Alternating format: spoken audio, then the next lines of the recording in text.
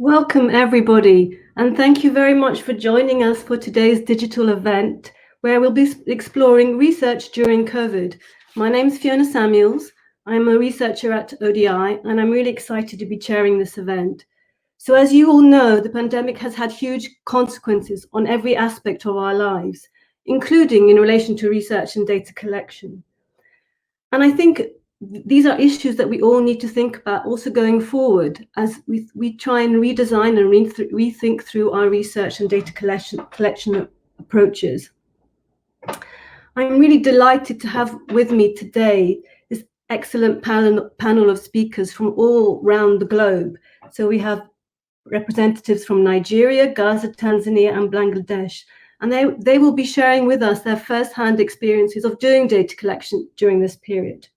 We'll be exploring the challenges they faced, how they adapted them, what new technologies they may be using, and what other issues that the pandemic may have raised around issues related to extractive practices, ethical issues, etc.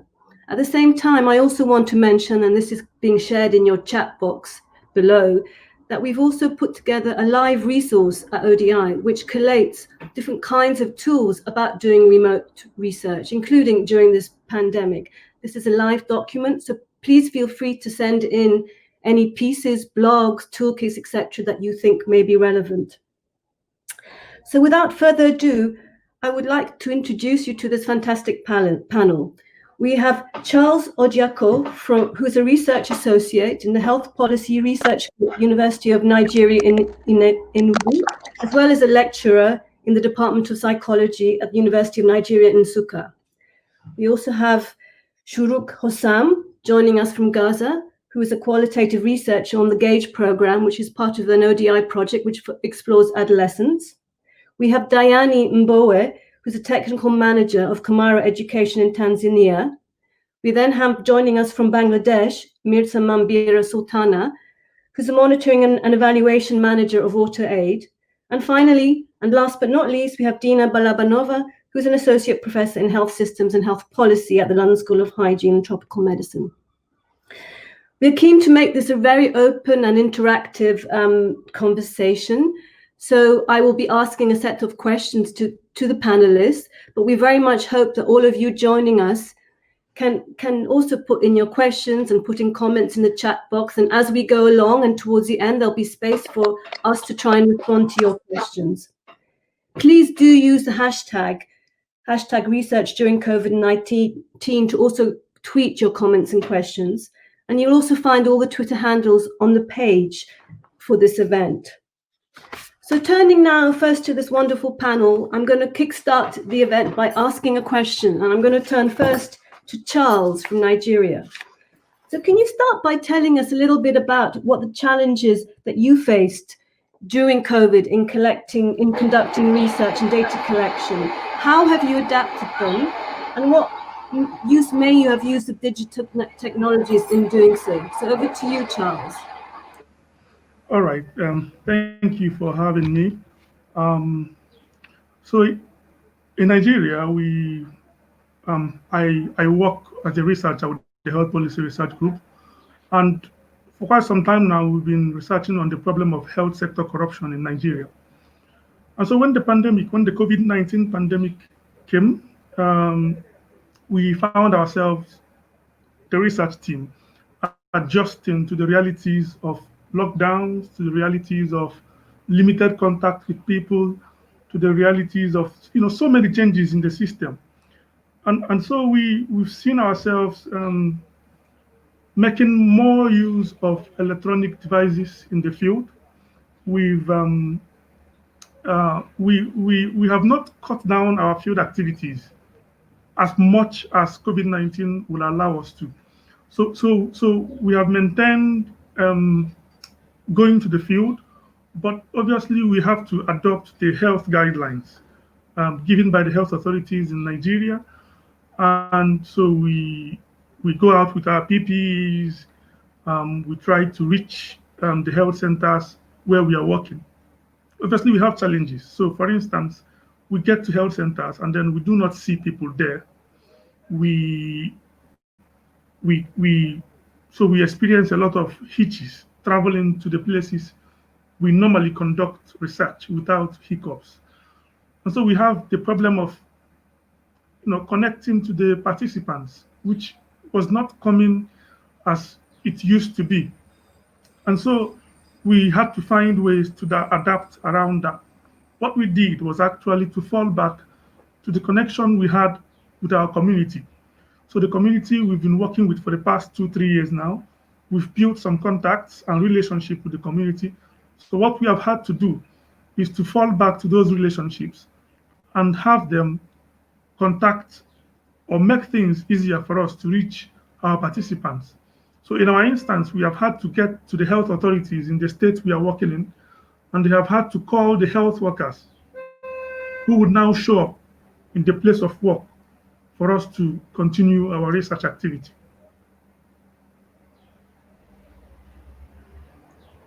Thanks for that, Charles. So in a way, you've drawn on your existing linkages and relationships, and you've had to adapt your approaches accordingly. So you're still doing face-to-face, but you're doing it in a slightly different way. So can you say a little bit more about how you're doing it in a slightly different way now? All right. Also, previously, before COVID-19, we would go out to the field with papers. And obviously, the COVID-19 preventive measures recommend that we don't have contact with people. And so what we have done now is to have electronic devices where only the researchers would impute data into the systems. And we've also had to provide protective equipment, hand sanitizers, face masks, and all that for our participants. And so that has cost us a bit more in the budget side. We've had to spend more to make sure that we are safe and that the people who we are collecting data from are safe. Thanks, Charles. That's really interesting. So you turn to electronic devices more, and then you're also using PPE equipment and therefore having an effect on your budget. I'm going to now Exactly. to Mambira and ask you the similar question. So Mambira, what challenges have you faced in doing data collection in Dhaka? And how have you, during the pandemic period, and how have you adapted your approaches?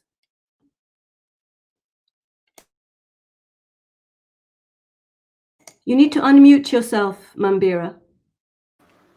Sorry. So in Bangladesh, at WaterAid, we are, for preventing COVID-19, we are more relevant organization. Our work is WASH, and we do hygiene is a core business for us. So we found that our work is more appropriate, and we work with communities who are vulnerable. So there were some relevant studies, but when we planned those studies, then it was lockdown in Bangladesh.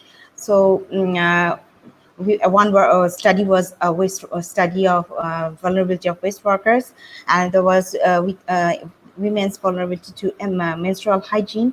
So what we did, we obviously had to plan. It was a complete lockdown and we were not moving anywhere outside home. So we had to plan a method so that we can collect data remotely through mobile phone. And we planned methods so that these are not heavily, quantitative based, but we do have had a semi-structured question. We developed questions that way that we can do that very quickly with people over phone. But what we had to do is we had to reduce the sample size because like in the waste worker study, we had a number of people waste workers information who could interview from different divisions of Bangladesh. But we understood that with the telephone interview, it would not be possible to interview, like a proper power strength sample size. So we reduced the sample size. We tried to get at least 4 different groups of waste worker. So we reduced the size to 30, around 30, something like that. And we interviewed them mostly with the same structured question over phone. So around around 120 was planned. So that's where we, minimized our sample size. So this was a different approach. And for the MHM study, we totally taken a qualitative study over phone. So this way we actually planned our studies. Thanks, Mambira. That's really interesting. So you basically turned to use mobile phones, you did semi-structured interviews as opposed to the questionnaire type, and you reduced your sample size. So how did this impact, do you think, the quality of your data and the rigor? Do you have any thoughts about that? Yeah, because we were thinking about a rapid assessment, and we understood that it's not possible, but at least this is the actually a very important time for us to get the vulnerability, because people are very rapidly getting exposed, particularly the waste workers, exposed to PPEs and different type of health and safety materials that are been in the waste. So they are exposed. So we understood that if we could interview more from each group, like one group was medical waste worker, one group was household waste workers. So these two were more vulnerable to the situation. But that was one of the challenges that we faced, that it is not possible to get medical waste worker that much, but household waste workers were more, but more vulnerability was there for medical waste workers. But we had to, whoever we got, we interviewed them. So, but that's why we had to reduce the size of the sample. So if we had a better sample size, we could stratify it and took a proper sample power with sample, and for each of the group, and then the study would identify different vulnerabilities of different groups. So that would be more appropriate. But at least we got some ideas of the vulnerabilities. Probably the strength would have been better. Okay, thanks, Mambira. I can see you were talking to maybe more different kinds of people than maybe if you had done it just with a questionnaire. And I'm going to turn to Diane and ask him the same question. Diane, what are you doing differently now in this situation, and what challenges did you face, and how did you adapt to them? Thank you for having me. Tanzania, the COVID situation is a little bit different from most parts of the world. But when COVID hit our country, we had several projects on the field which required our staff to go out for data collection, where normally they meet with parents and students to interview them and collect data from them. But due to COVID, we have completely redesigned our approach, and now we are mainly implementing our projects remotely, whereby we have developed remote data collection tools using affordable and accessible technologies. So we are using SMS-based USSD surveys to collect data from the parents, but also from the children, because we are working with the parents, but also with the children. So we are using the existing existing mobile phones the parents have to collect data by sending surveys via SMS. But also we are using WhatsApp, which is one of the common applications used by most of parents. So we are using both options for the parents to collect data from them, but also the same phones which are being used by the parents, they are being used by the students or their kids to reply or to respond to our survey. So we have tried to adapt to these remote data collection tools so that we can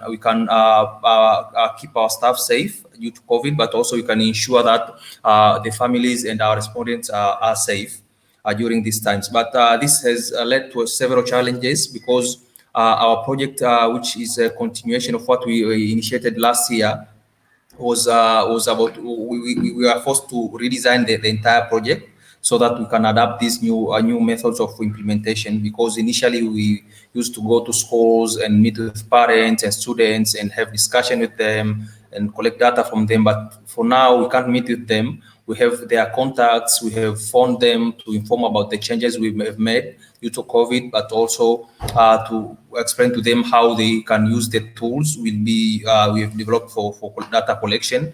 And we have redesigned the surveys. We have reduced the number of questions. Initially, we had around 60 questions per survey. We have reduced now to about 30 questions so that it will be easy for them to respond to the surveys, but also we've incorporated other elements on the surveys, like understanding how the family have been affected by COVID-19, but also how the families have been adapting to the situation. So we have adjusted a lot of things, and this has impacted our operations in one way or another, and also our budget. But we have done this to be able to accommodate to the challenges we have faced due to COVID-19, and so far things are working well.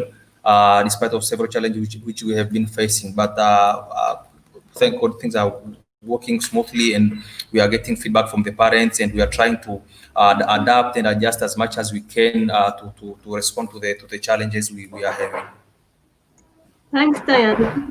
A follow-up question. So just to summarize a few things. So you reduced your questions from 60 to 30. You're using mobile phones and WhatsApp to interview parents first, and then their children afterwards. Can you just mention a little bit how it actually works? So you send them an SMS question, and then you have to wait for them to reply to send them the next. If you can explain that a little bit, and then over what period of time do you let them respond? Do you say you have to stop after 3 days or 4 days? Is there a time limit? And then my final question, apologies for the multiple questions, is have you seen any difference in terms of the quality of the data and the rigor of the data that you've been collecting so far? Thank you, Fiona. So first of all, we are sending them a message via SMS and WhatsApp, and one question per SMS or per message via WhatsApp, and they respond, and once they respond, they get another question. So it's an interactive system or platform. It's like automatic chatbot whereby the parents respond to the question and they get another question after finishing the response to the received question. And this have forced us to redesign the surveys and focus more on quantitative data, like for parents to reply with very short text or with numbers by selecting option maybe 1 or 2 or 3, because we realize that there's also a numerous and literacy challenges to the parents, so we don't want them to write a long text on the message or on WhatsApp. The second thing on duration of the surveys, this have forced us to adjust the schedule of the project from a month of implementation to 2 months of data collection and field implementation, so that we can just give the parents enough time for them to respond to these surveys. As you might know that the parents have a lot of things to do. They don't have time to sit down, maybe to spend 10 or 15 minutes in a day to respond to the survey. So for each survey, we give them at least 3 to 5 days for them to respond to the surveys. And we normally send like reminders or SMS to remind them that the deadline for replying to this survey is this date. So please respond to this survey before the deadline. The other question you asked about the quality of the data, I can say the challenge is to make sure that you collect this data from a lot of parents as much as you can, because at the moment we have about 600 parents, and to be honest, we have been facing challenges whereby some parents can't read and write, so they can't actually reply to our texts, but also they don't have enough time for them to get support from their kids to read the question for them and to respond to the question on their behalf. So the sample size have been reduced. Initially, we are targeting to get all 600 parents, but for now we have reduced the target about to a half. We are focusing to all 600 parents, but our target is at least to get 300 parents to respond to our surveys. And this is due to the fact that sometimes there's network problems, sometimes they don't have enough time to respond, and other sort of challenges.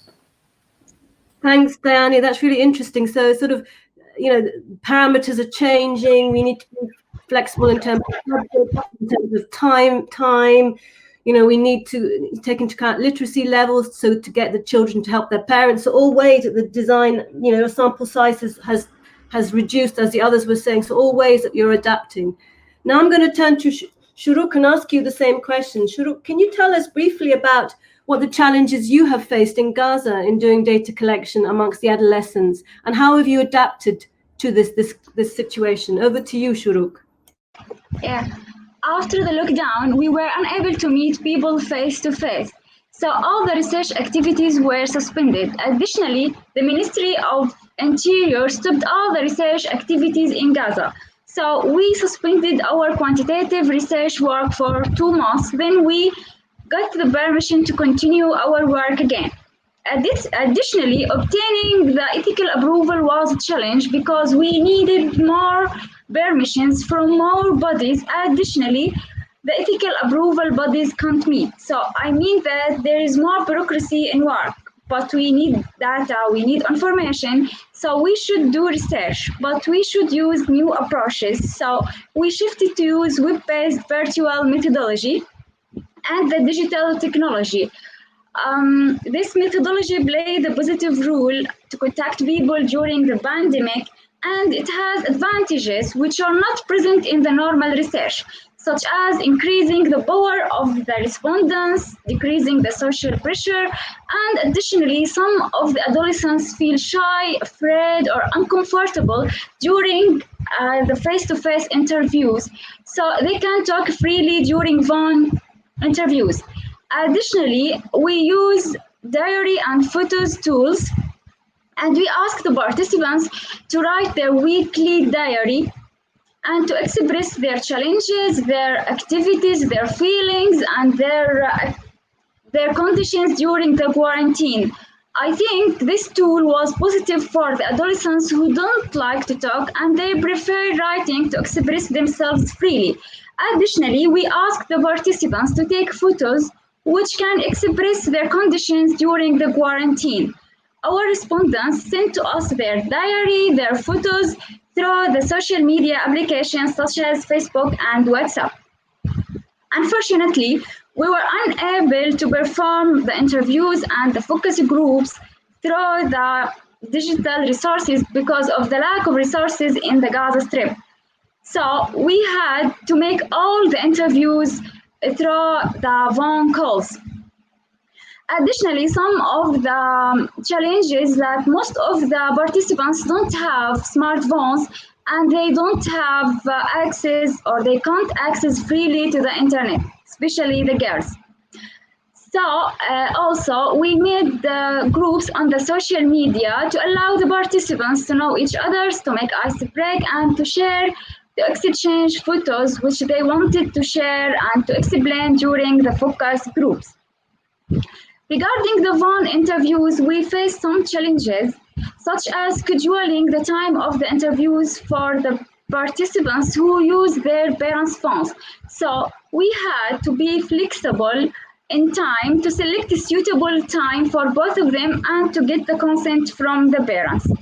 Also, some of the participants didn't have enough privacy and confidentiality to talk freely during the interviews, such as the participants who use their parents' phones, or some of the participants don't have a private place to talk freely during the interviews, such as the participants who live in the camps where the houses are very crowded.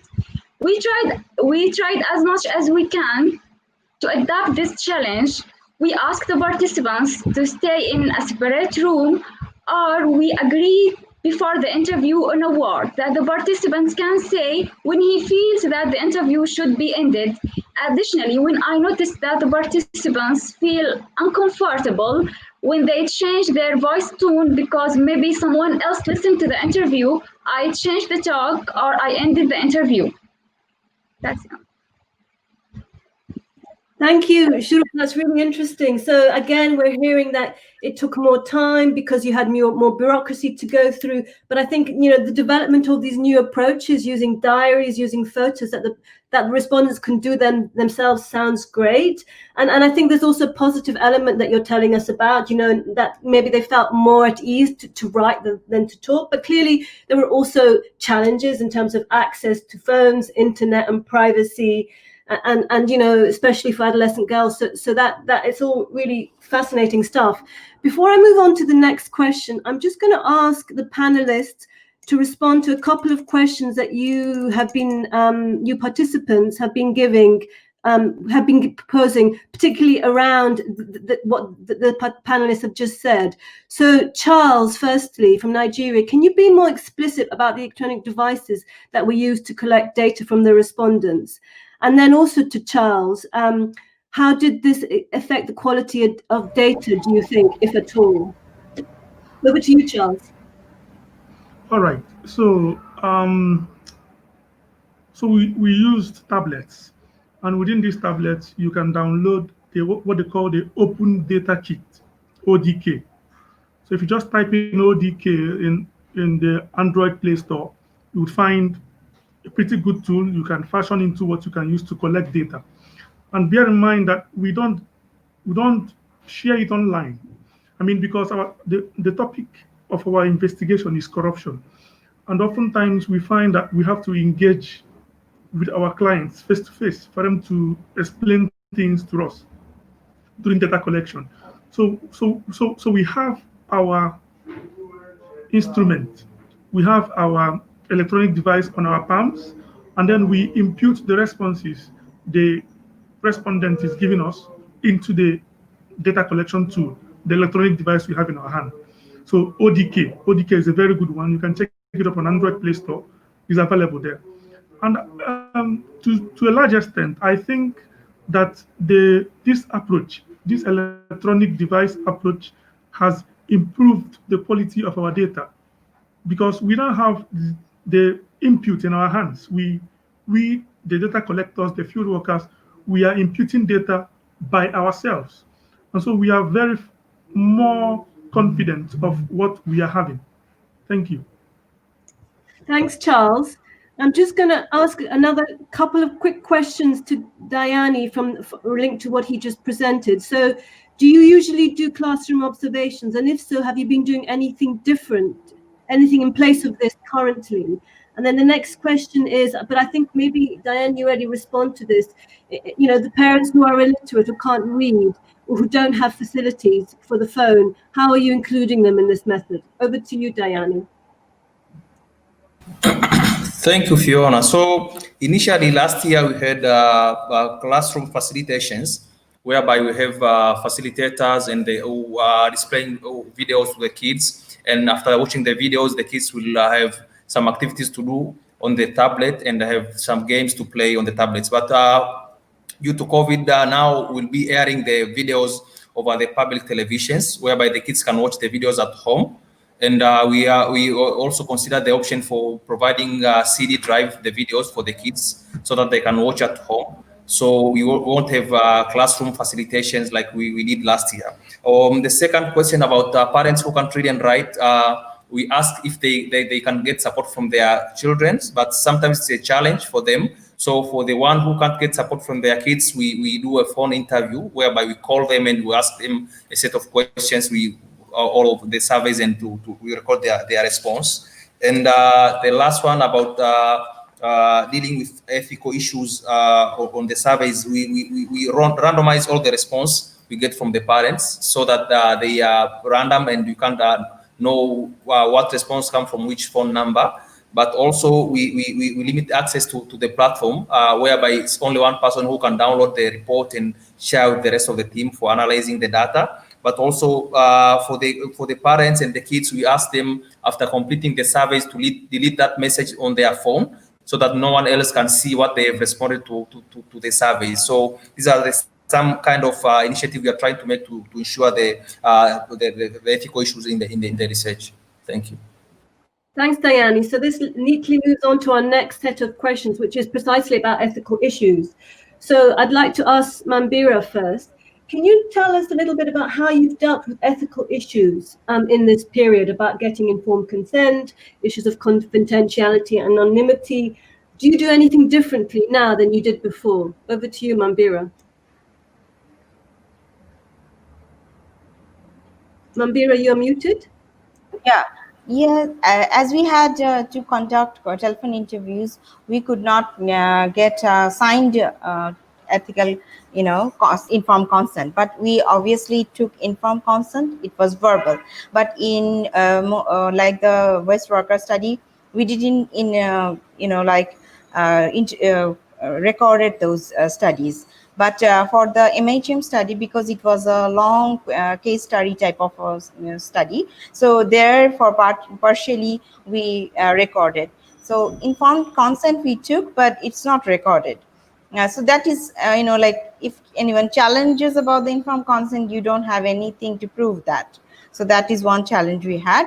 And if someone refuses, there were no other way we could get back to them or convince them for the study. So we just discontinued the study. That way we conducted the study and addressed the ethical issues. Thanks, Mambira. Can I turn to Shahrukh? Can you tell us a little bit about how you dealt with ethical issues and about getting informed consent and confidentiality, and what different things did you do now compared to before? Yeah. We need more admin and ethical approval levels, such as the approval of Ministry of Health. Before Corona, Ministry of Health didn't interfere with the research activities, while after Corona, they should give us the approval. Additionally, the ethical committees are not prepared for COVID-19 and they don't have a system to work on. We need more permissions from more bodies which they didn't interfere with the research activities and the ethical approval before. Additionally, we performed an informed verbal consent at 2 levels.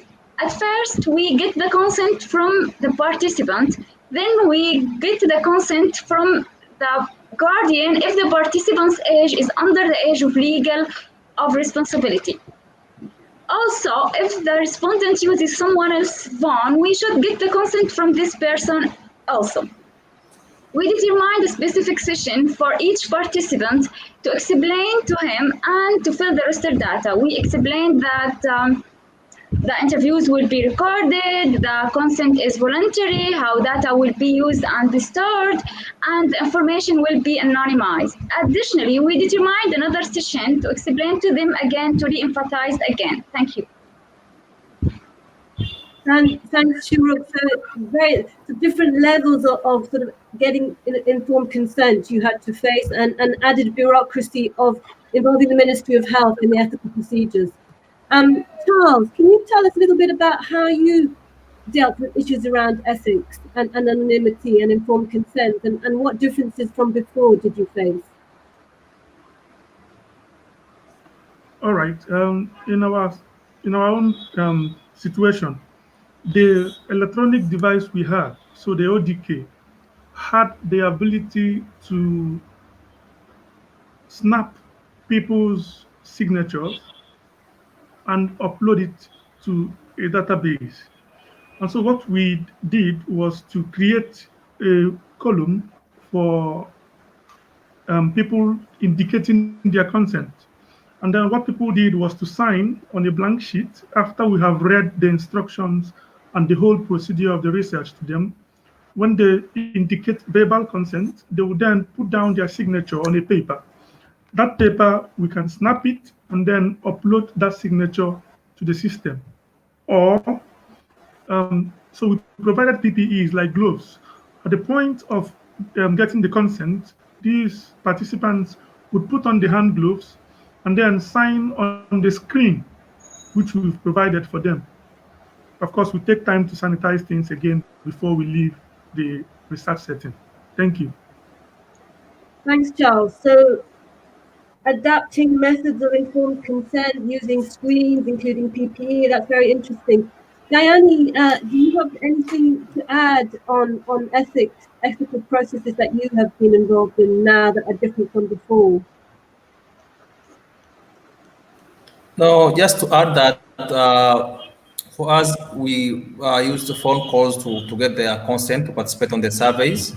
So as Mambira mentioned that we don't have any proof if someone come later and ask for proof for the consent. Thanks, Diane. There's a general question here of, so while using SMS WhatsApp methods and in terms of acquiring participant phone numbers, how do you think it is ethical to use these numbers for research purposes? I mean, what are your thoughts on that? I don't know, maybe let me ask Diane again. Is it ethical to use people's phone numbers for research purposes? What are your thoughts on that? So for us, we are working with the same community. We were working with them last year, and during our research last year, we asked for them to provide their phone numbers when they agreed, and mainly the purpose of them providing us with their phone numbers for to simplify communication between us and them. So for this year, first of all, we called them to inform about the changes due to COVID we are adapting, and asked if they'll be ready or they'll agree to participate on the new design of the surveys. And if they don't want to participate, then we just put their phone numbers away, and we won't bother them in the survey on the research. So they knew that we have their phone numbers. They agreed themselves to give us their phone numbers. And before sending them the surveys, we asked for their permission. And if they agree, then we involve them in the survey. And even in each and every survey, the first question is for them to agree if they want to take that survey or they don't want to take that survey. So we normally ask for their permission before they can respond to any survey. Thanks, Diane, and the rest of you. I think obviously knowing your respondents beforehand, going back to respondents you've asked, done research before, makes life a lot easier. So clearly. So now moving on to the next question, which is about yourselves now as both researchers and then the respondents. You know, we know that COVID is highly infectious. So how have you kept yourself as a researcher and your colleagues safe during this period? Some of you have started responding to this already, so you can refer to what you mentioned before. But also, how have you dealt with the stresses, both mental and physical, in relation to lockdown? Have you changed the ways you're working, and in what ways? And I'm going to start with Shahrukh, if that's okay, Shahrukh. We neither expose our respondents nor our data collection team to any risk. We followed the instructions of the Ministry of Interior, and we suspended our quantitative research work for 2 months. Then we got the permission to back to work again. Additionally, we trained our data collection team on the safety measures, and we provided them precautions materials such as gloves, face masks, alcohol sanitizer, and we trained them how to use the face masks and gloves and how to disinfect their equipment. Additionally, when some of our team members felt sick, we referred them to the clinic. Regarding the qualitative research, we followed the progress of the work through using the digital resources, and we performed all the interviews through the phone, so we didn't face any risk. Now, regarding dealing with stressors, our research team received psychosocial support sessions to be able to cope with the way of changing of the work. Regarding my personal level, I used to read motivational books and making sports at home to be able to cope with the stressors. Thank you. Thanks, Shahrukh. Great to hear that your team was so prepared and also psychologically. It's great to hear that. Maybe can I ask Mambiro, how did you keep your researchers safe, and how did you change your ways of working? As we were working from home and we were using a telephone, that's why we couldn't, actually it was complete lockdown at that point, so we couldn't use go to the field and conduct face-to-face interviews. So we utilized telephone. That is the only option we had. So that way we were keeping our colleagues and our community safe. But regarding other issues, like they were from our community, so most of them we collected their numbers from our partners, or they know that we work with them. Only for the waste workers, we collected their numbers from city corporations or the people they work for. So there were some sort of official process that we follow. We also have to follow the GDPR processes very strictly in Water Aid Bangladesh. So we cannot use someone's phone number for any purpose or any personal information. We cannot keep them. We have to keep them very safely, or we don't collect them usually. So here, as we collected, we spoke to them about it, and if they refused, we don't speak to them anymore. But how we collected their number, where we get it from, we informed them, and then why we are collecting information. All these things we informed our respondents. Then we collected the information. So and it is water aid work, and we didn't use any only for one study we used external consultant, but they also will have to maintain our policy, the GDPR policy. But other places it's water aid that we are using, so we will that is our response to the community, that we will not use your name or any of your personal information for any publication or anything. So that's how we think. I mean, we maintained our way of work that we continuously do at the field. Thanks, Manbira. So you're sort of answering the two questions, the previous one and this one at the same time. But I suppose, how did your work, I mean, did you face extra stress as a research team, having to work from home? How did you deal with that stress? And, you know, during a lockdown period, what did you do? What tips or approaches did you use, if any? Yeah, so we were completely did those research when it was a complete lockdown, and that was the period when water aid we do the annual report. So we were very relevant for the COVID prevention. So we were working on many issues. So workload suddenly increased for us a lot for the entire water aid team. So it was somehow beneficial because we were working from home. This was a new modality. We had stress, but we now, just few months back, we were introduced to Teams. So we were previously we used to use Skype, but Teams we are using even within our office. So we were using it more to connect to everyone. Every day we were talking to them. So I think we were very busy with our different kind of work. So we were connected to each other over phone and Teams. So we were not really, so time went by very quickly. It was stressful. We shared it, but because we were really engaged with work, so we overcome the stress. That way, I believe. Thanks, Manbira. So you had a lot of communication through all sorts of modalities, especially Teams, by the sound of things. Yeah. Let me turn to Charles. Can you tell me a little bit about how you kept yourself and your researchers safe, and how you dealt with mental stresses during this period? All right. So we did our best. We really paid close attention. Our team leader, Professor B, was really keen to make sure that everybody is safe. What we did was because we must have to be on the field to collect data this period, we had to go in private cars. And it was obviously to avoid contact with people using public transport. So we made sure each team going to the field, going to health centers, went with private cars. Additionally, we, during this period, created multiple WhatsApp groups to take care of each project we are doing.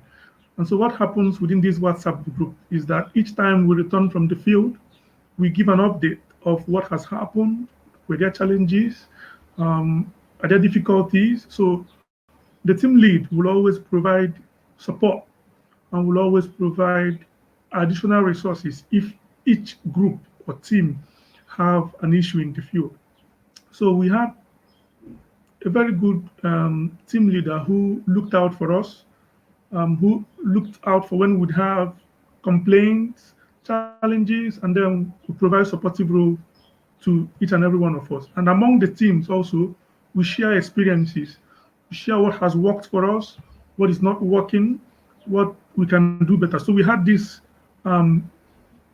working together, which WhatsApp platform provided for us. Thank you.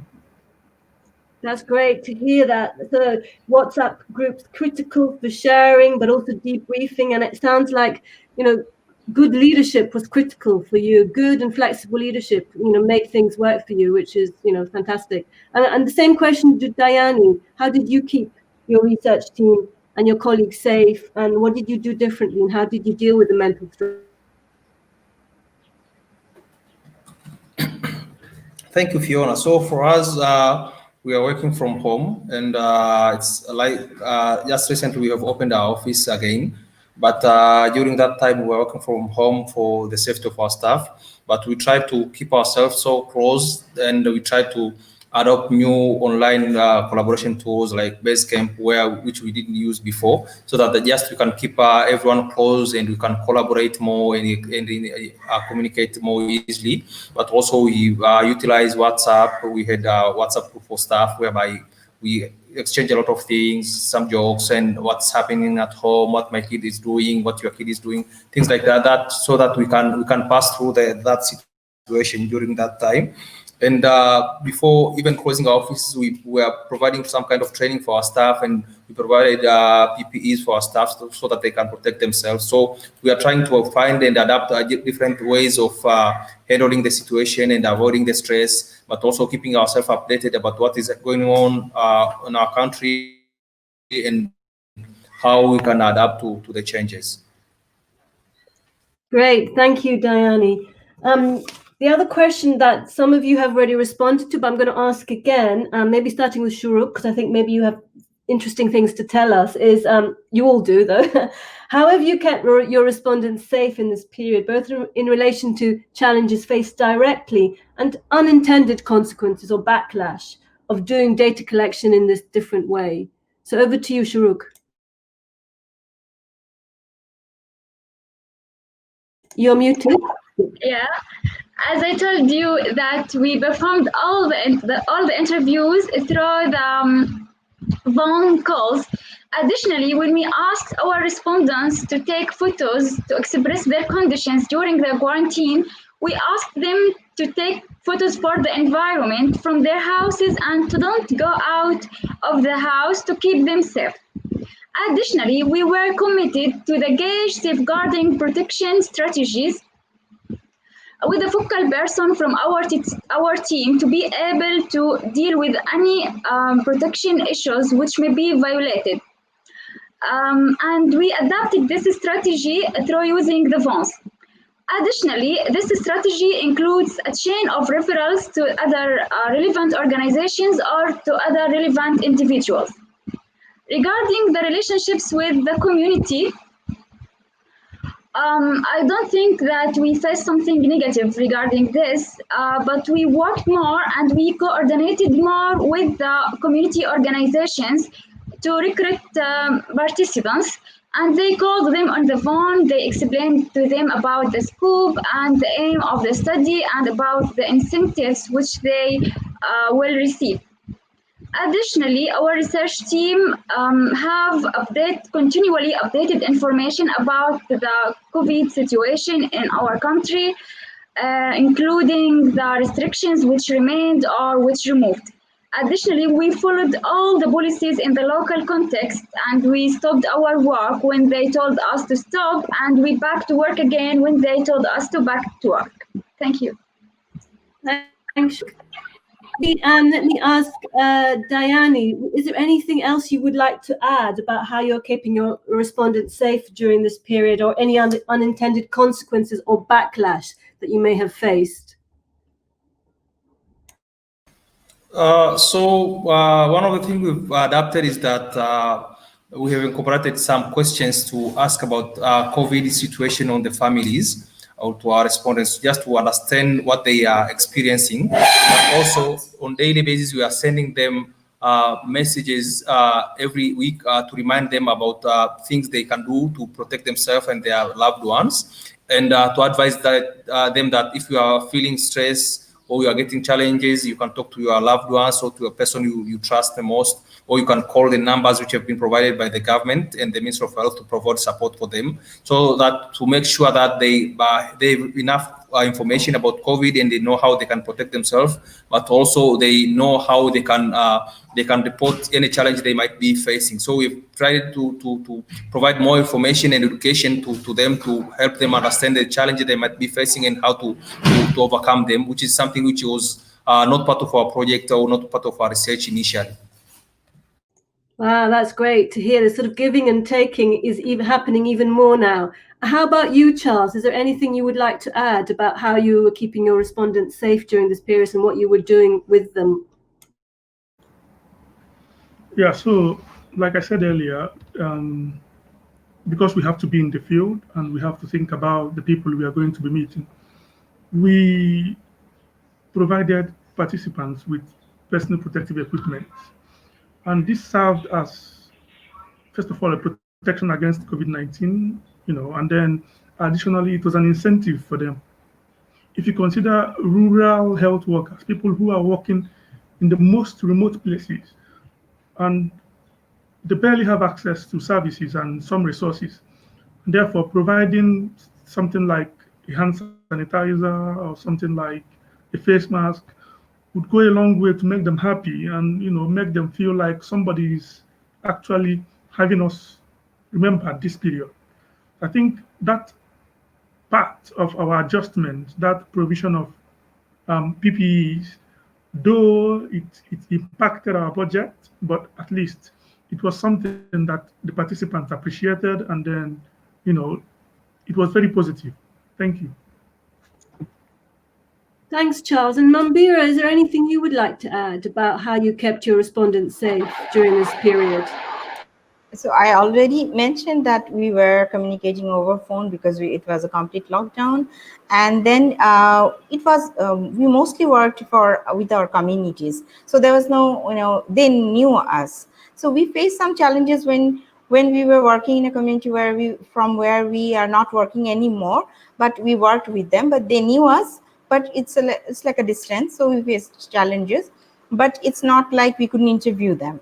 We faced with like probing challenges, something like that, but no backlash or anything like that. And because it was a lockdown and we were using telephone, and no other issues were there, and we were working with our own community people where we provide water, sanitation and hygiene services.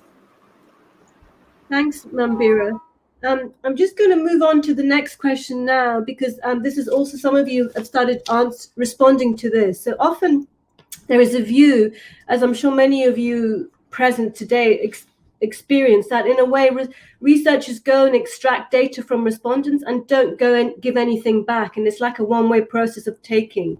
So I'm just wondering, and some of you, as said, have started responding to this, do you think this has changed during the pandemic? Is it getting worse? Is it getting more extractive? Or perhaps it's getting better? Are respondents feeling more ownership of the process? Are people beginning to feel that there's a more equal relationship? It would be good to hear your thinking of this, about this. And I'm going to hand over to Charles, because I think you started mentioning this. So maybe you could just refer back to that and say more if you want. All right. Yeah. So that experience is true. Oftentimes we come to the field and then we find that participants will always feel like, oh, you've come to ask us questions again about the same things people have been coming to do. And this period of COVID-19 is not different. People are feeling, I think, even more concerned about what we are doing, in my experience too. So, but they will always come to you with different expectations.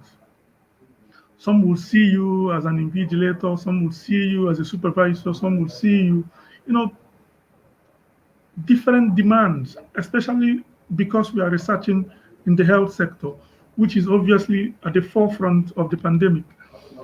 They have some form of expectations.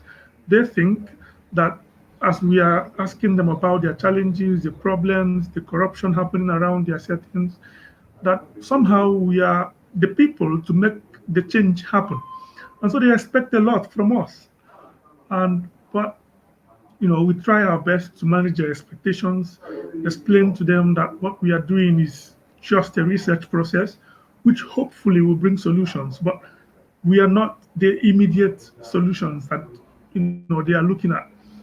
However, we found that the things we went with, so the PPEs, was a relief to many of them.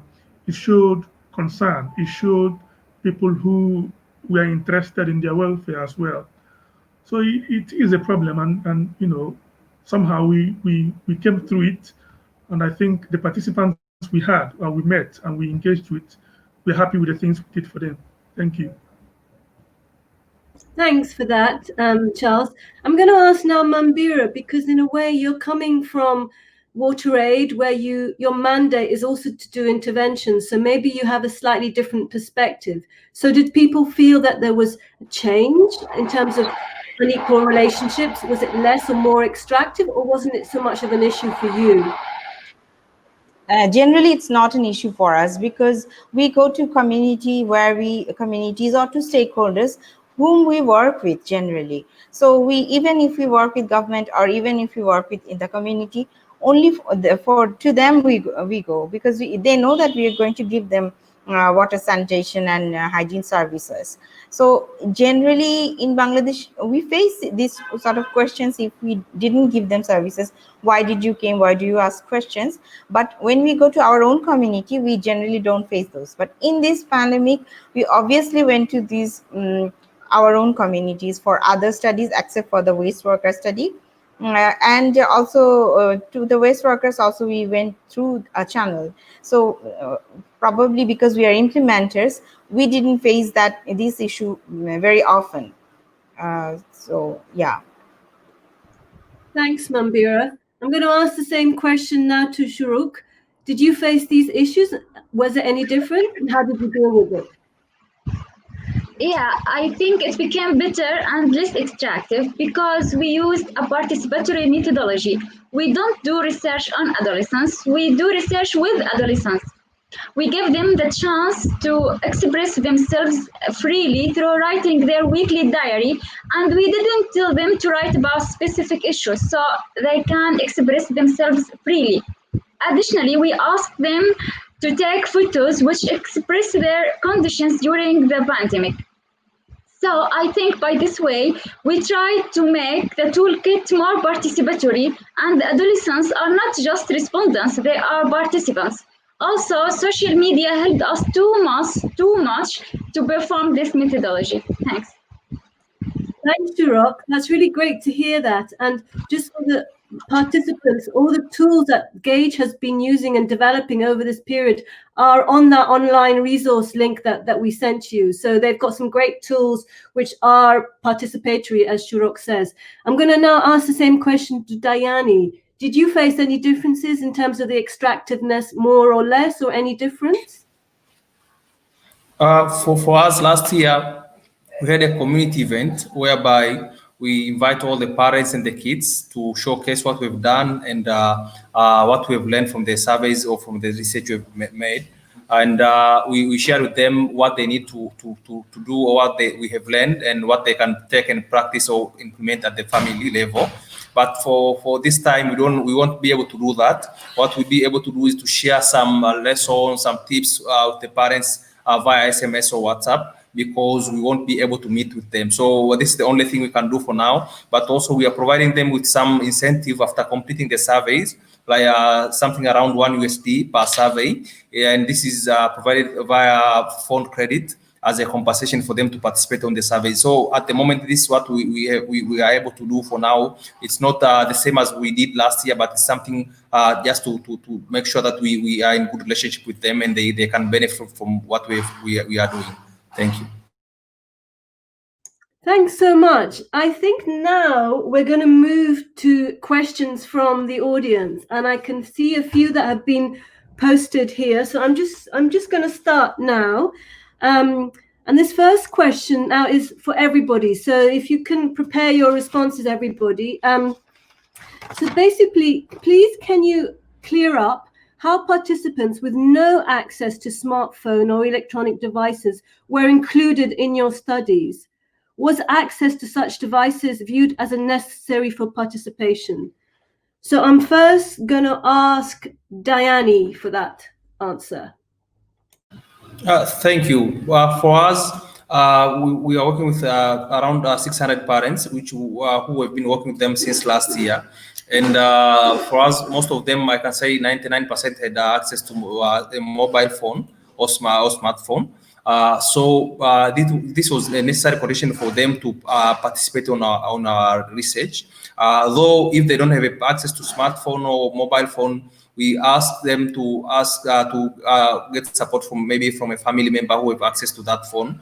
And for them, for us it was necessary for them to have access to that so that they can respond to our surveys and they participate in the research. As you might know that we are fully implementing this remotely, so we don't have any other means of communicating with them without using the mobile phone or a smartphone. So do you suspect that you may have excluded potential participants, therefore, in your survey? And how have you dealt with that? How are you dealing with that?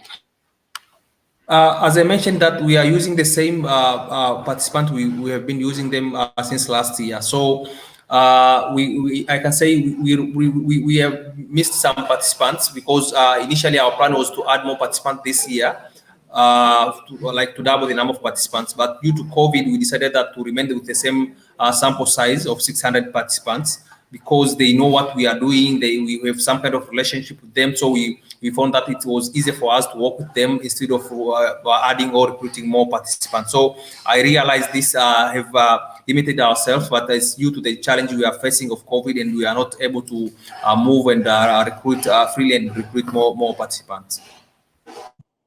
Thanks, Diane. I'm going to ask that question now to Charles. I think I don't need to repeat the question. I think you know it, yes?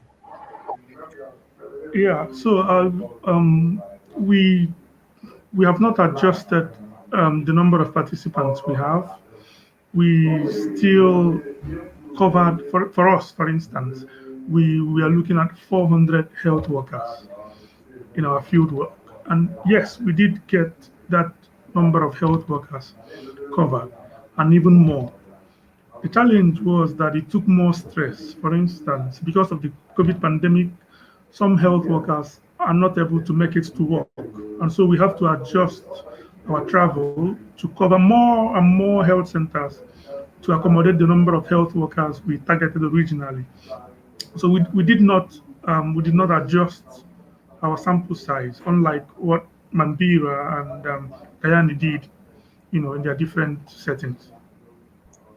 Yes, thanks, Charles. So you didn't actually use smartphones for interviews, but you collected the data using your electronic devices. So you didn't face that issue. You actually went in person, which is, I think, different from what the others are saying. You went in person, but maintained distance and did everything. So that's why it's slightly different.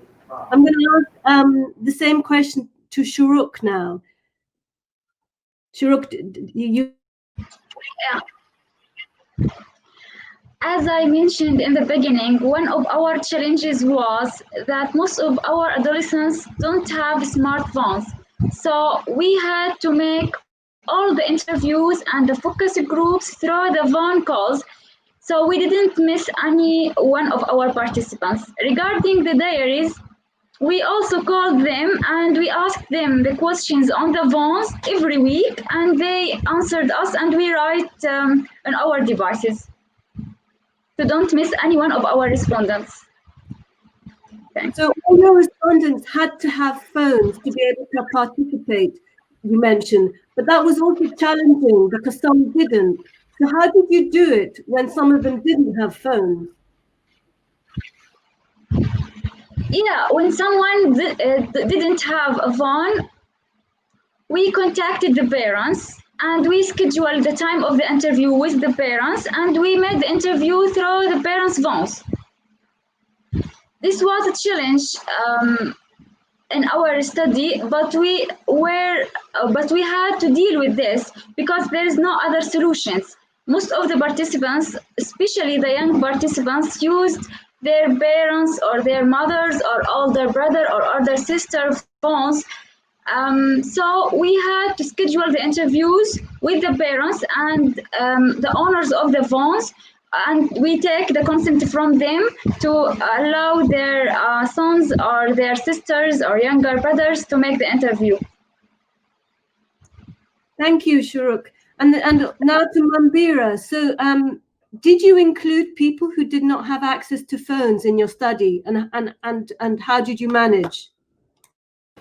Probably not. We purposively actually have taken people who are, or they had phone numbers. Like waste workers, we had like 400 phone numbers from one division, and from others we had at least the supervisors numbers through whom we can get others numbers. So everyone has at least a phone. We didn't need a smartphone because we didn't use the technology. We just used phone calls. So that's why just having a phone number was was enough. Another thing was that we selected them purposively. We actually didn't go for a random sampling where we would randomize and then we'd find that that person doesn't have a phone number. So sometimes for waste workers, we use some sort of a snowball method. Like from one waste worker, we took number for the other, or from supervisor, we took number from the other. So that type of method we approached. But we obviously took interviews of people who had phone numbers. But in Bangladesh, there's a large number of people who has telephone access to mobile phones. It's like 12 crore. It's a very large population. So very few people you will find who doesn't have a phone. Thanks, Mambira. I'm moving on now to another question. So this is to all of you. How are you taking into account the impact on women and girls of the pandemic within your research? Are you using any particular methods and approaches to reach to women and girls, and how are you measuring the impact? I think this is less relevant for Shahrukh because most of her research is focusing on adolescent girls, so that's the whole focus. So it may be less relevant, but the others where you are doing more general population surveys, maybe research, maybe I will ask you. So maybe Diane, would you like to have a go at responding to that? Thank you, Fiona. So for us, most of the parents we are working with are mothers, women. And this is not because of the design of our surveys or of our research, but it's because that we got these phone numbers because we asked the kids to ask their parents to participate on the surveys. And normally most of the kids are more closely with their mothers than their fathers. So their mothers were the one who responded to our request and attended our surveys last year. So we work with most of our respondents are mothers of these kids compared to fathers. And for us, it's not because of the design of the surveys, because of the situation. And we have been facing like similar issues with them because they have like limited time during the morning and they have more time during the evening to respond to our surveys. So these are the kind of things we are experiencing on our side. Okay, thanks, Diane. I'm going to move on now to another question, which was specifically for Charles and Mambira. So if you can respond. So I'm going to read it out. While reducing the sample size in both of your studies, do you think that the reliability of the research instrument has been affected? Did you do anything to safeguard the reliability of your research instrument? And if yes, what did you do? Exactly that. Yeah, what did you do? So, but Charles, I don't think reduced the sample size. So I don't think. Yeah, exactly. So this was the question I was trying to respond to earlier about sample size. We did not reduce our sample size. We actually met the target we really planned to capture. There was no need, even though it took us more resources, more stress to achieve that, but there was no need for us to reduce our sample size. Yes, and I think actually it's Diane and Mambira who reduced the sample size. So maybe I'll ask Diane, can you respond to that question maybe? Yeah, go ahead.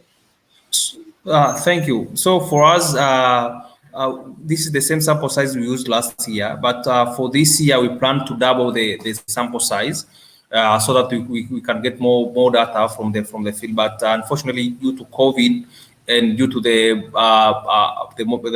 changes we made to the project, we decided to go for remote implementation, and we thought that it will work best if we use it. We'll be using the same sample size or the same respondents we used last year. So I can say this has some effect on our research, but the good thing is that we changed the total focus of our project. Instead of focusing on large sample sizes, we decided to go on depth to measure more effect of what we've done last year, and if it have any effect in this year and during this time. So because the approach and the design of our project was changed, it didn't have much effect on us by reducing the sample size, but we were forced to make some changes on the design of the surveys and the research so that we can measure what we were intending to measure on the same sample size we worked with last year. Thanks, Diane. And Mambira, can you also respond to that question? Because you had to reduce your sample size, and how did that affect the research instrument? Go ahead, Mambira.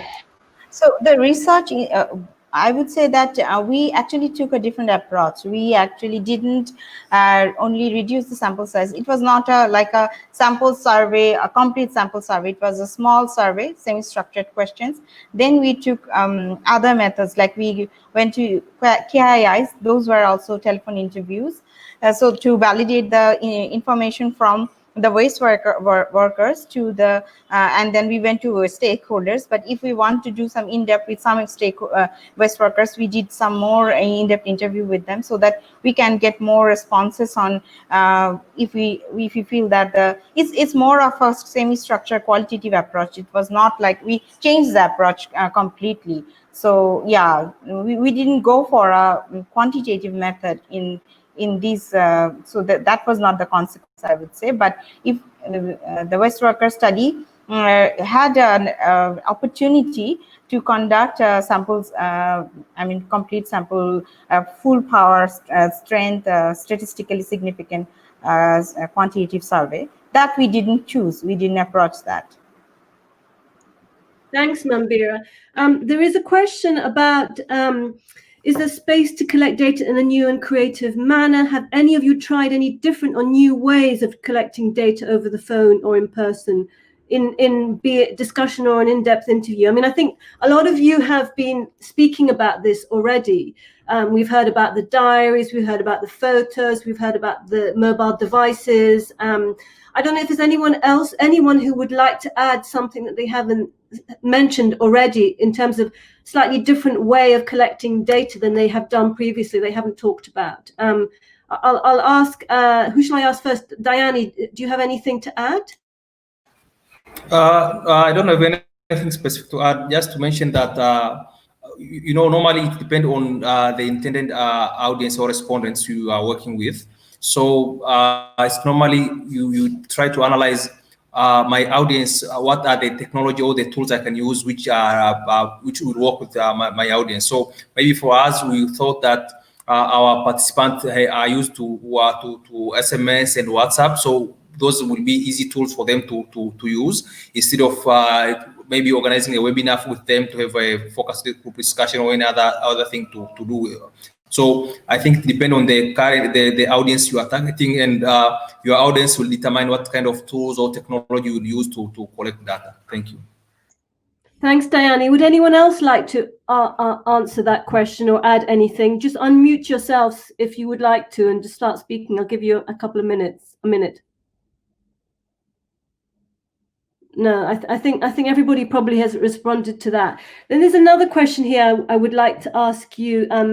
So have you been providing compensation or incentives to the research respondents? And some of you have already started responding to that, but maybe we could like to hear from the others as well.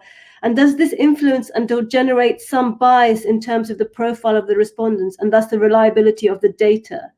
So I might ask Mambira just to comment on that. Have you been providing any incentives to your respondents?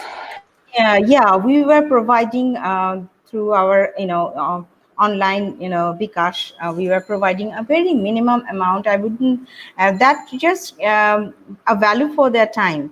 It was very small amount. It's not like a huge amount to create a bias that they would want to say something good or bad. It's just that we provide sometimes 100 taka for the entire interview, 1 hour interview. over our online channel. So incentive was good because we were buying their time during this pandemic, but it was not. I wouldn't say that it created any bias. But was it different from what you were doing before? Yeah, it was different because we never actually we go for baseline, inline, or any other community, but we don't provide any incentives when we have like sample surveys or qualitative methods. But this time we did that, because of the lockdown, and we knew that people were having crisis where in our communities people were, they didn't have enough work. So we knew that these sort of things were there. So it would actually at least make them feel a little interested to be in the interview. Thanks, Mambira. Shahrukh, did you give any incentives or compensation to your respondents? And how was it different from before? Yeah, we made the data collection at 3 rounds, and we paid incentives for our respondents 3 times for the cost of the internet services to be able to use the internet to make the interviews. Was this different from what you did before? And we provided them previously. We used to pay to them the transportation allowances and refreshments. Okay, thank you, Shahrukh. And what about who haven't I answered? I can't remember. Charles, you talked about providing PPE. Was there anything else that you provided to your respondents? Yeah, so for respondents, we provided stipends as well. And this was actually to cover sometimes transport expenses, sometimes value for their time, as most of them have to come from very far distances to their health centers. We have to talk to them in their health centers. And so we find that because transportation is disrupted most times, the cost of traveling is high. So we provided about $1 stipend for them to come in. We don't usually do this, but the situation, the times have meant that we do this to make sure we get the quality data we want to get.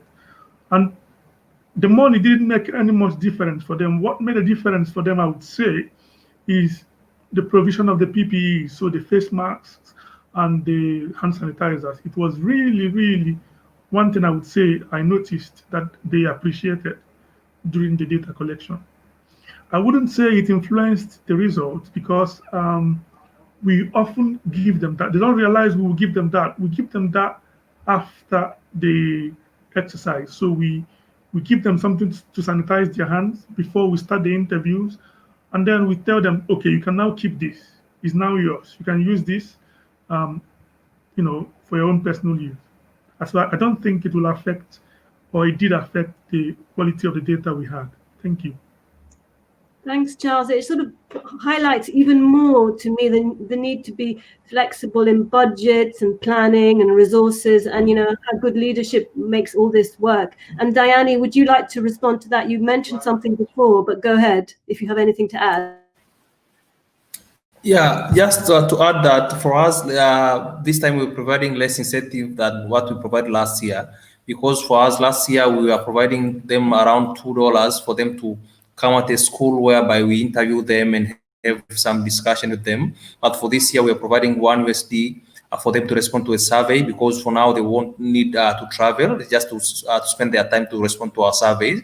And I don't think this provided any difference for us for the data or the quality of the data collected. It's only a way to appreciate their time and their willingness to participate on the surveys, on the research. Thank you.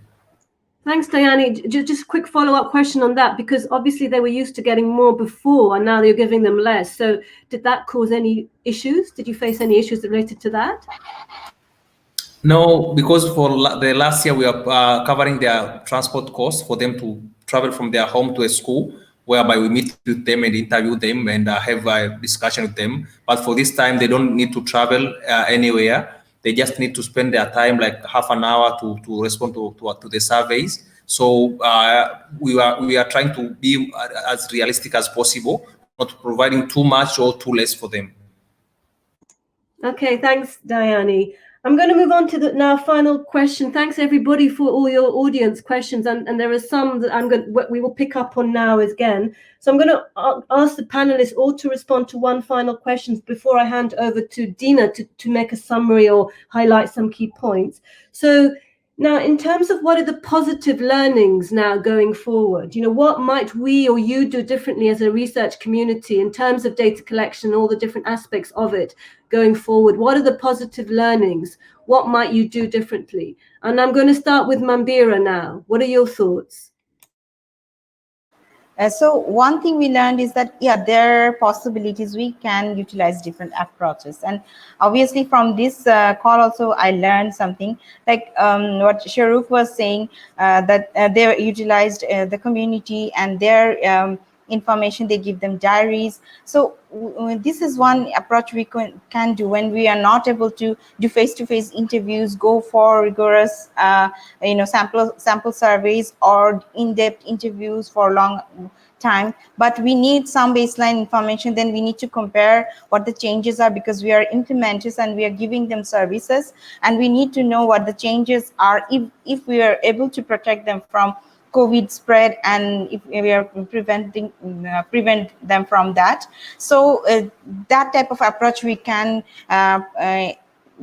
take, and we can very easily we can take volunteers from our respondents, from our people we are intervening, and then giving them some sort of training, online training or something, so that they can utilize the skills to respond to the questions that we have, or to write some things that they are facing on a daily basis, some sort of method like what Shahrukh actually took in her study. So that was very inspiring, and we can actually learn. I actually learned from that, and that would be a great opportunity for utilize this sort of methods, where we can actually utilize the community themselves for researchers rather than hiring consultants or interviewers.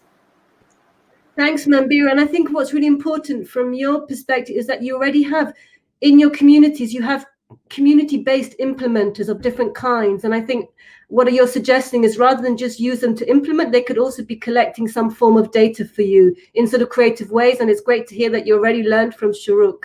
So maybe we'll hear from diaries coming from Dhaka. Diane, let me hand over to you. What are the positive learnings going forward? What would you do? Thank you, Fiona. I think one of the things which I've learned is that we need to be as flexible as possible to adapt to the changes, because from what I've learned from all of the panelists is that they have adapted to different methodologies due to the challenges we have been facing. So this is the key for anyone doing research, that they need to be as flexible as possible to adapt to the changes. But also the other thing, I think it's very important to build a relationship. And research is not a one-way thing. It needs to be a two-way thing, that build a relationship with your respondents, so that they can adapt to the changes you are trying to implement based on the different challenges we are facing. And also the other thing we have learned is that it's very important to explore different options or different ways technology can assist you in doing your research, because what we've found is that we have been using technology since last year, but in this year we've been forced to explore new ways of using technology to help us in doing our research. So I think these are the three things I've learned in this situation. Thank you. Thanks, Diane. Charles, what have you learned, and what positive learnings also to take forward?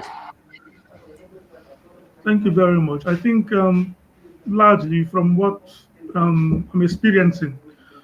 So the experiences of Diane and the experiences of Mambira, they are all important. So flexibility in planning, in budget, in making sure that we are not too rigid, that we must follow down this research SOP this way, that we can adjust to changes.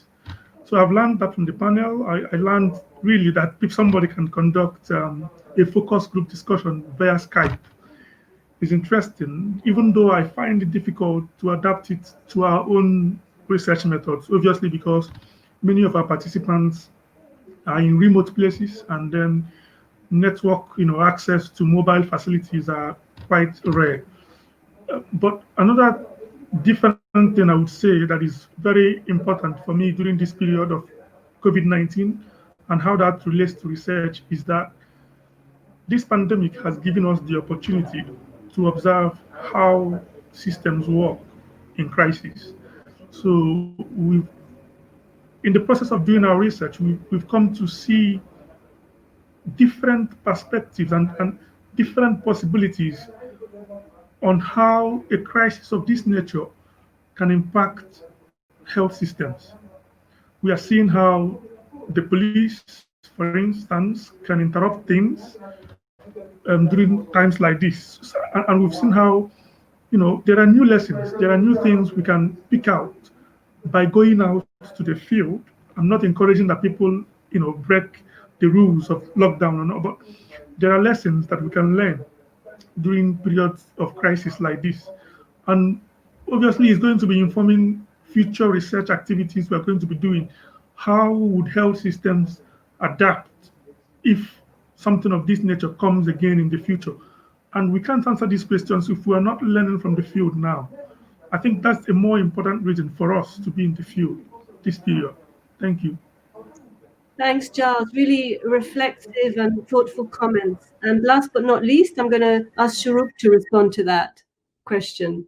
Going forward, your positive learnings. Yeah.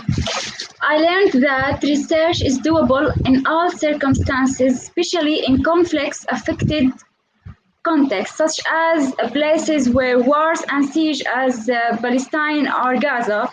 Additionally, we need to do more research in emergencies because we forget many vulnerables, which many people don't give them more attention. Additionally, we need to adopt procedures to increase the effectiveness of phone interviews and communication, such as to contact the participants before the interview to understand their context, to know their needs, to know if their resources are sufficient or not, and to provide them resources such as smartphones.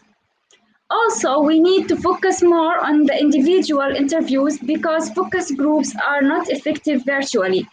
Furthermore, we need to train the team of the data collection more to obtain or to increase the quality of the data. Also, we need to be more flexible to select a suitable time for the interviews. Thanks. Thanks, Shahrukh, for all those great tips. Going forward, all food for us to think, food for thought. And now I'm going to hand over to Dina, who's going to say a few summing up words. Over to you, Dina. Thank you very much, Fiona. This has been an illuminating discussion. I've been listening to all the panelists with great interest.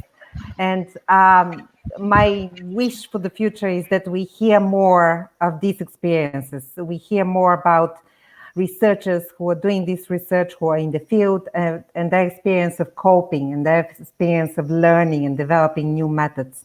I found it extremely interesting, and I'm sure a lot of our audience will feel the same.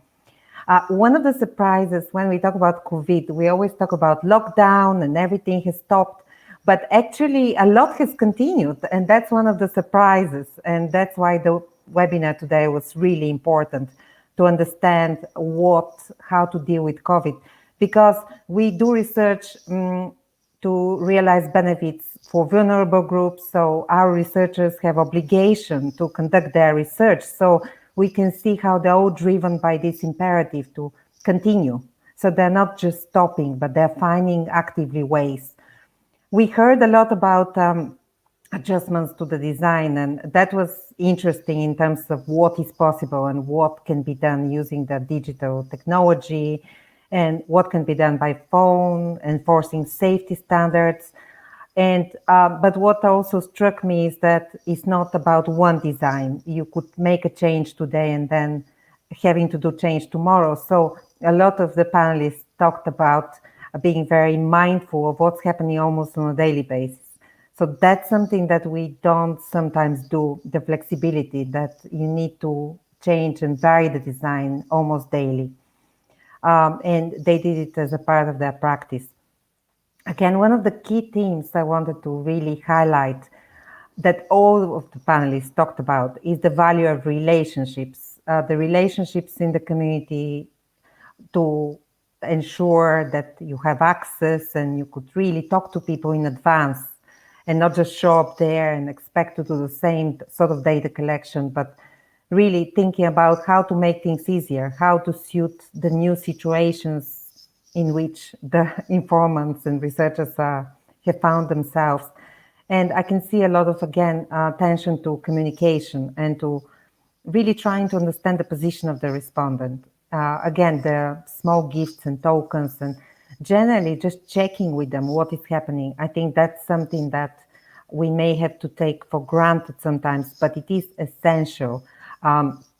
It is, in some ways, COVID didn't change this. It just made it much more pronounced in terms of what is required, in terms of communication between research teams and respondents. Again, we talked a lot about flexibility and flexibility in budgets. So we all know we write grants and how difficult it is sometimes to have a line item and to negotiate with our funders to have line item for unexpected contingencies. And this is something that I hope funders and governments would rethink in terms of funding research to really understand this flexibility. We talked so much about it. Again, I think never, as they say, never let a crisis go to waste, but let's learn from this. And a lot of you are really learning and trying to think of what can be done that's further in terms of methods, in terms of approaches. And so one of the things that struck me is the autonomy of the researchers. So in many cases, the researchers are taking decisions, they're in the field, and what is it that they need, what support they need. And I think it's important because Shahrukh talked about the legislative regulatory framework. So Mambira talked about GDPR, and you really have to, the researchers are mindful of this regulatory framework. They have to comply. So the compliance issues is very important for their organizations. At the same time, they're in the field, so they have to be adaptable and they have to think about safety. But I was very impressed how you talked about the mental pressures. And we have a lot of biomedical debate where we just talk about safety and sanitation, sanitizing hands. But actually the pressures, the mental pressures are huge, and this is already documented. So again, what is needed to support the researchers?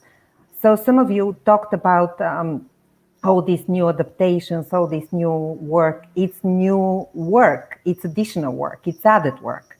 It's not just adjusting the budget, but the day has 24 hours. And many of our researchers, and you talked about how this adds a lot of effort, additional workload.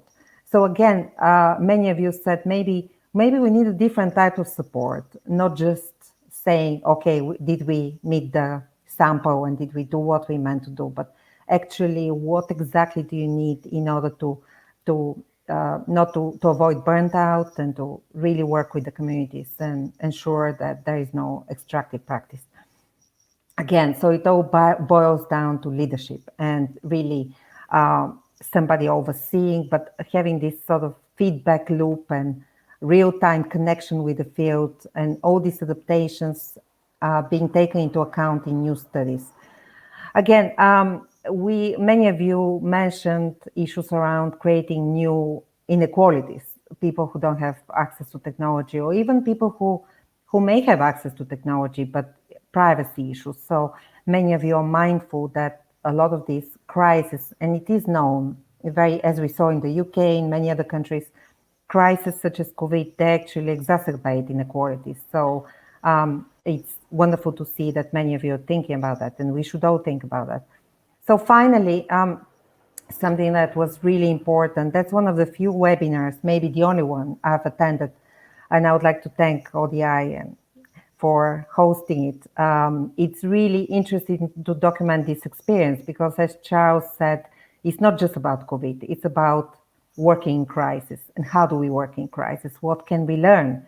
And how can we prepare for the future? Hopefully not another pandemic, but another disruption. It could be a national disruption or any other issues which could be local. So what can we learn from each other? And during this conversation, we talked a lot about learning from each other. Already you had some ideas, but how do we keep this going? How do we connect researchers beyond particular research projects, but just connect them and make sure they learn from interesting practices in different places? So I would conclude with that. Again, thanks to everybody. It has been wonderful to hear your experience.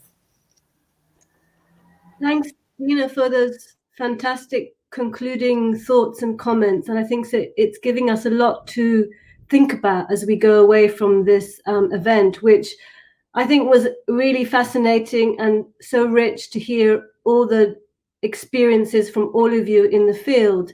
And also from the questions from the audience, I'd like to let you know we had almost 200 people from over 36 countries attending. So that was great for us.